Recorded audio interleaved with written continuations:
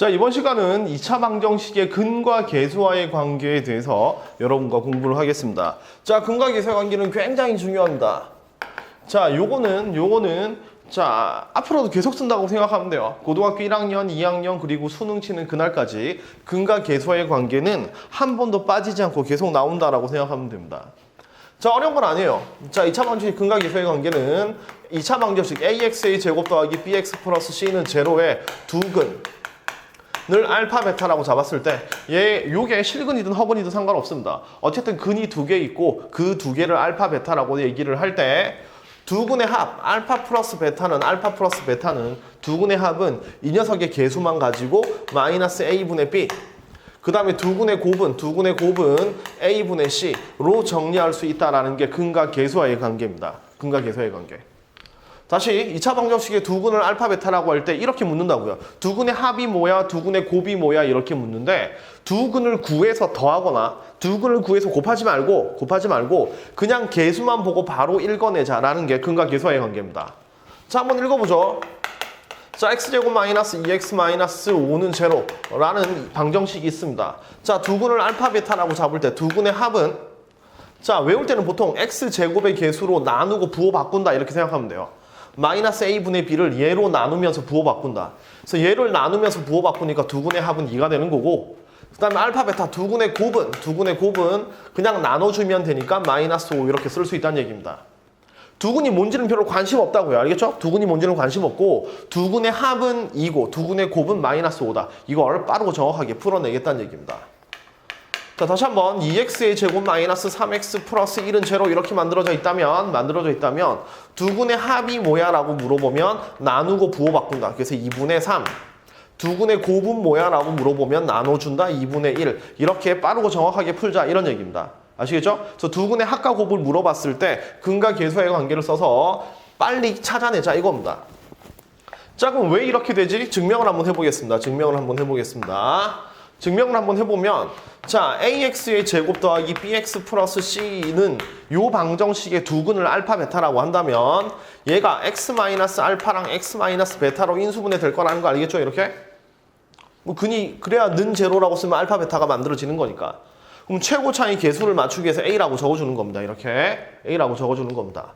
자, 그럼 이 A는 어차피 똑같은 거니까 양변을 A로 나눠버리면 X제곱 더하기 A분의 BX 더하기 A분의 C가 되는 거고, A가 날아간 상태에서 요거 전개를 하게 되면 X제곱 빼기 알파 플러스 베타의 X 더하기 알파 베타 이렇게 만들어지는 거죠. 곱셈 정리에 의해서. 자, 그럼 왼쪽하고 오른쪽이 다 똑같은 거니까 여기 마이너스 알파 플러스 베타가 A분의 B가 되니까 따라서 알파 플러스 베타는 마이너스 A분의 B가 되는 거고 여기 알파 베타가 여기 붙어 있죠, 그죠? 상수항끼리 같아야 되니까 알파 곱하기 베타는 A분의 C가 된다. 이렇게 증명 끝나는 겁니다. 자, 증명 여러분 해줬으니까 이제 앞으로는 그냥 써먹기만 하면 됩니다. 열심히 써먹으면 돼요. 자, 그러면 이런 걸 언제 써먹냐면 두 근의 합과 곱, 생각나는 게 뭐가 있나요? 합과 곱? 그렇죠. 곱셈 공식의 변형입니다. 곱셈 공식의 변형. 그래서 이런 식의 문제들에서 되게 자주 나옵니다. 예를 들어보죠. 2x의 제곱 빼기 6x 플러스 1이 제로 이렇게 주어져 있을 의 두 근을 알파 베타라고 할 때 알파분의 베타 더하기 베타분의 알파는 몇인가요? 이렇게 물어보는 겁니다.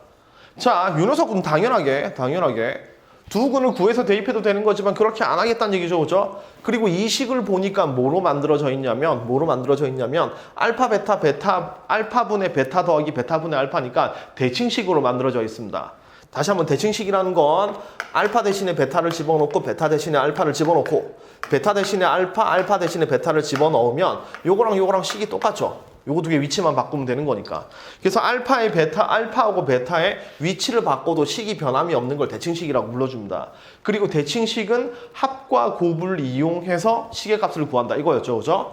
따라서 얘를 통분을 해주면 알파 베타분의 알파 플러스 알파 베타분의 곱하면 되니까 알파 제곱 더하기 베타 제곱 이렇게 만들어지겠죠. 자, 그럼 이렇게 만들어 놓고 여기서 두 근의 합은 나눠주고 부호 바꾸면 되니까 3. 두 근의 곱은 나눠주면 되니까 2분의 1. 요걸 이용을 해서 위에 있는 알파 제곱 더하기 베타 제곱은 알파 플러스 베타의 제곱 빼기 2알파 베타 분모는 그냥 알파 베타라고 쓰면 되죠, 그죠?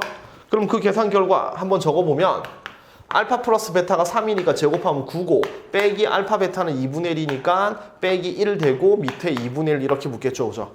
그럼 위에 계산하면 8이고 위로 올라가니까 답은 16 이렇게 만들어주면 되는 겁니다. 그래서 이렇게 근과 계수와의 관계를 통해서 곱셈 공식의 변형을 활용해서 문제를 풀 수 있다. 이렇게 생각하면 됩니다. 자, 재밌는 문제 하나만 더 해줄게요. 하나만 더 해줄게. 자, x제곱 빼기 2x 플러스 5는 제로.